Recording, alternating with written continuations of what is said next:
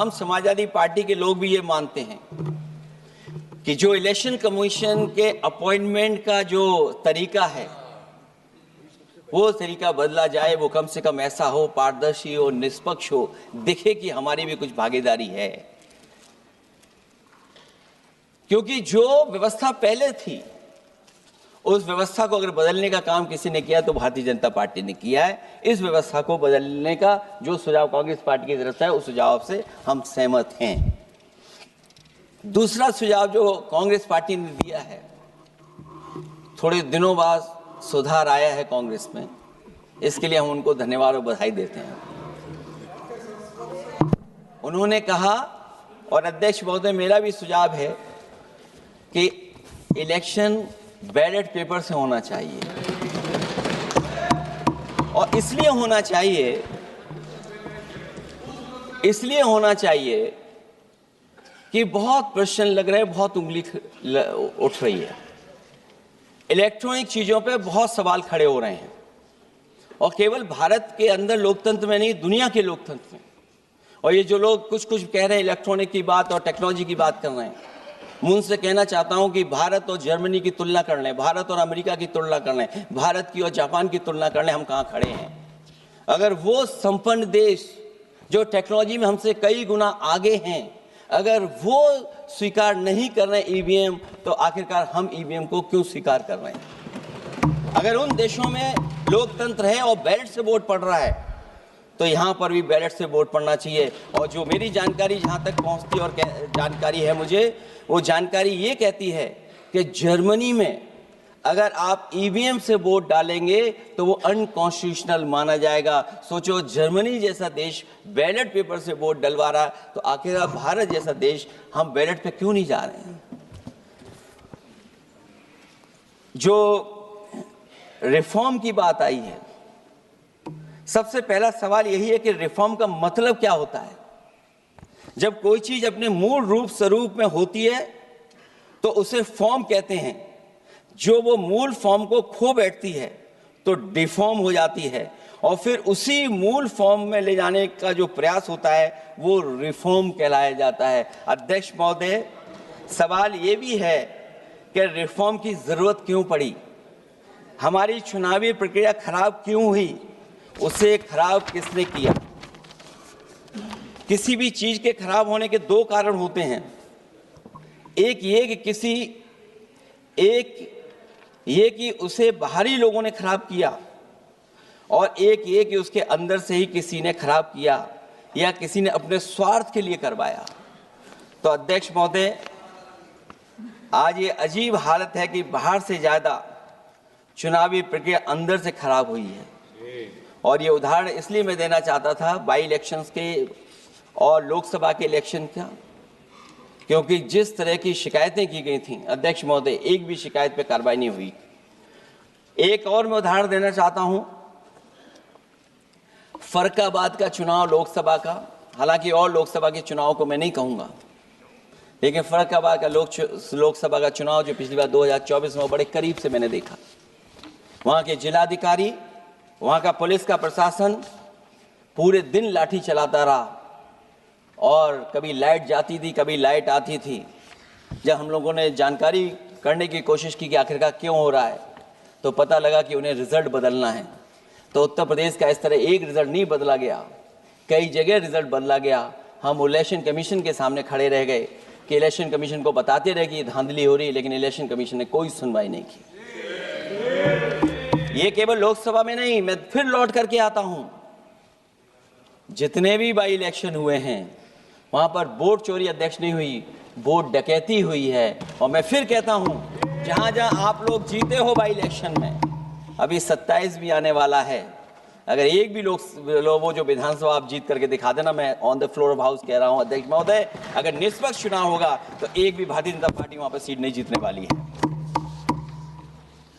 दूसरा, कि जो समय समय पर पैसा आ जाता है अकाउंट में, ये लोकतंत्र को सबसे ज्यादा कमजोर कर रहा है। 10,000 बिहार में बांट दिए, अभी सुना है कि बहुत सारी महिलाओं ने कई जिलों में आंदोलन किया है।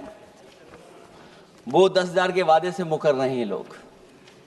और मुझे याद है कि जिस समय उत्तर प्रदेश में मैं फ्री मोबाइल देने जा रहा था, कैबिनेट से मैंने पॉलिसी पास की थी, लेकिन यही बीजेपी के लोग चिल्ला चिल्ला करके उसको कह रहे थे कि चुनाव को इन्फ्लुएंस करने के लिए ये पॉलिसी लेकर के आए हैं, ये बांटने जा रहे हैं, और उसको रोक लगवाने का काम इलेक्शन कमीशन से किसी ने किया था, तो वो भारतीय जनता पार्टी थी। तो एक तरफ तो अपना पैसा दे रहे हैं आप, दूसरी तरफ कोई जनता के लिए अगर कोई पॉलिसी लेकर के आ रहा है उसको रोकना चाहते हैं। ये भेदभाव अगर किसी ने देखा है तो हम लोगों ने देखा है। फिर तीसरा, हम चाहते हैं कि मीडिया का जो रोल है चुनाव में, कुछ बात हम लोगों को समझ में नहीं आती। हमारे जो गरीब मतदाता हैं वो कभी कभी अध्यक्ष महोदय हमसे पूछते हैं कि आप तो टीवी पे आते हैं और चले जाते हैं, कुछ लोग टीवी पे आते हैं फिर जाते ही नहीं हैं, ये कारण क्या है? अगर इलेक्शन के समय पर हम पॉलिटिकल पार्टीज को स्पेस अगर बराबर नहीं मिलेगा तो शायद चुनाव निष्पक्ष नहीं होंगे। इसलिए अध्यक्ष महोदय, आपके माध्यम से मेरा सुझाव ये भी है कि चाहे वो प्राइवेट हो चाहे सरकारी हो, मीडिया में बराबर का कहीं ना कहीं हम लोगों को भी स्पेस मिलना चाहिए। इधर एक नई चीज है, नया जमाना है, तो नई चीज है सोशल मीडिया। पहली बार देखने को मिल रहा है कि जहां पर इमेज बनाने के लिए पैसा नहीं खर्च किया जा रहा अध्यक्ष महोदय, दूसरे की इमेज कैसे खराब की जाए उसके लिए पैसा खर्च किया जाता है। जो नकारात्मक जितना कैंपेन है, मैं अध्यक्ष महोदय दावे के साथ कह सकता हूं हमारे पास कोई एजेंसी नहीं है, कोई सोशल मीडिया टीम नहीं है जो हम नेगेटिव कैंपेन रन कराते हो, लेकिन भारतीय जनता पार्टी के पास हजारों ऐसे लोग हैं और हजारों करोड़ रुपए इस बात के लिए खर्च करते हैं कि नेगेटिव कैंपेन कैसे रन किया जाए। और जितना जितना चुनाव करीब आता है उतना सोशल मीडिया से लेकर के हर प्लेटफॉर्म पर नेगेटिव कैंपेन अगर कोई कर रहा है तो वो कर रहा है भारतीय जनता पार्टी के लोग। इलेक्टोरल बॉन्ड की तो बात हम इसलिए नहीं करना चाहते हैं क्योंकि हमें तो मिला ही नहीं कुछ।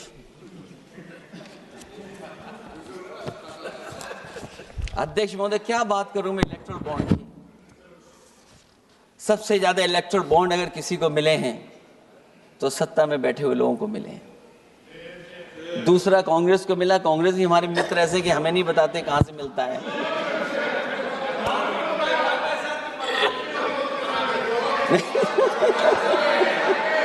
अध्यक्ष महोदय, सबसे ज्यादा चुनावी खर्चा इनके पास, दूसरा खर्चा इनके पास, हम लोगों का भी तो कोई ख्याल रखे अध्यक्ष महोदय,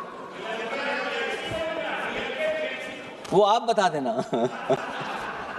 तो ये जो इलेक्ट्रॉन बॉन्ड वाला जो खेल है अध्यक्ष महोदय, ये तो दिखाई देने वाला खेल है। उसमें सोचिए कहां हम लोग टिकेंगे, कहां रीजनल पार्टीज टिकेंगी।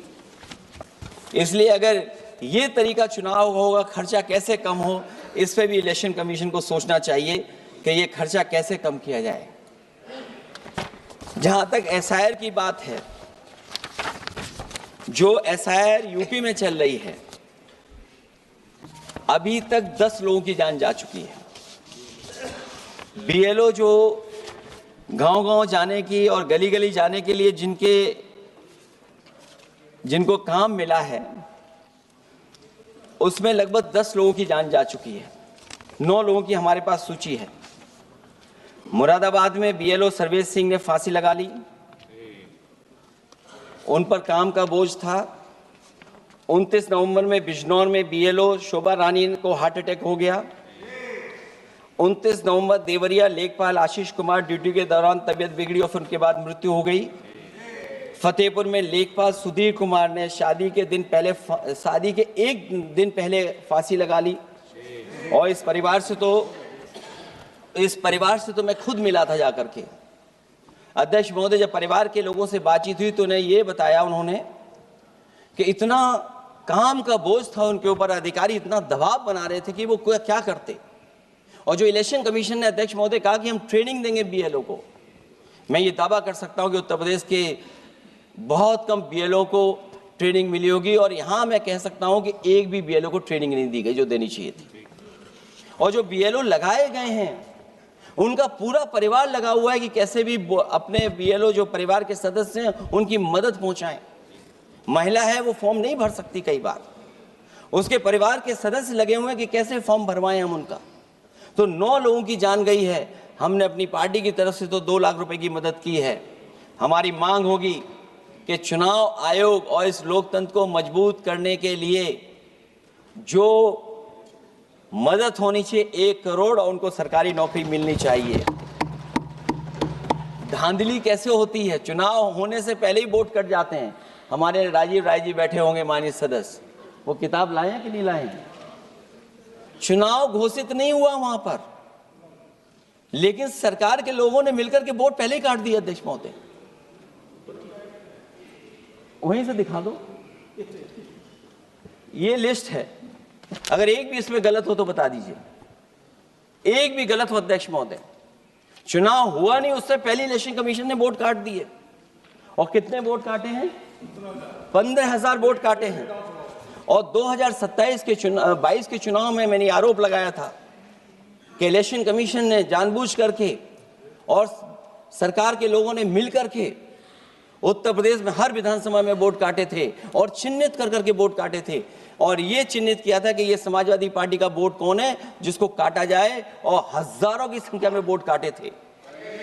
और जब इलेक्शन कमीशन से हम लोगों ने शिकायत की तो उन्होंने एफिडेविट मांगे थे।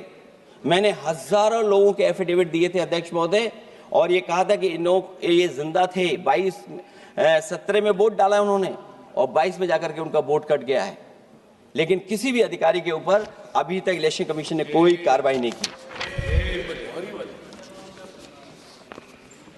इसलिए सुधार की ये प्रक्रिया चुनाव आयोग से ही शुरू होनी चाहिए। चुनाव आयोग को निम्नलिखित बातों का सुधार करना ही होगा अध्यक्ष महोदय।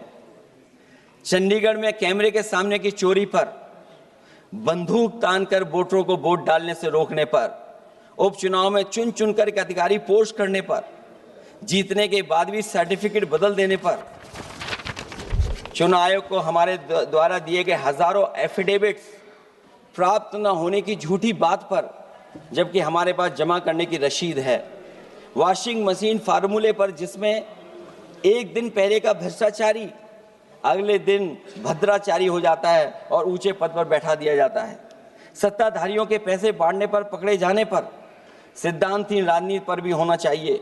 चुन चुनकर पीडीए के वोट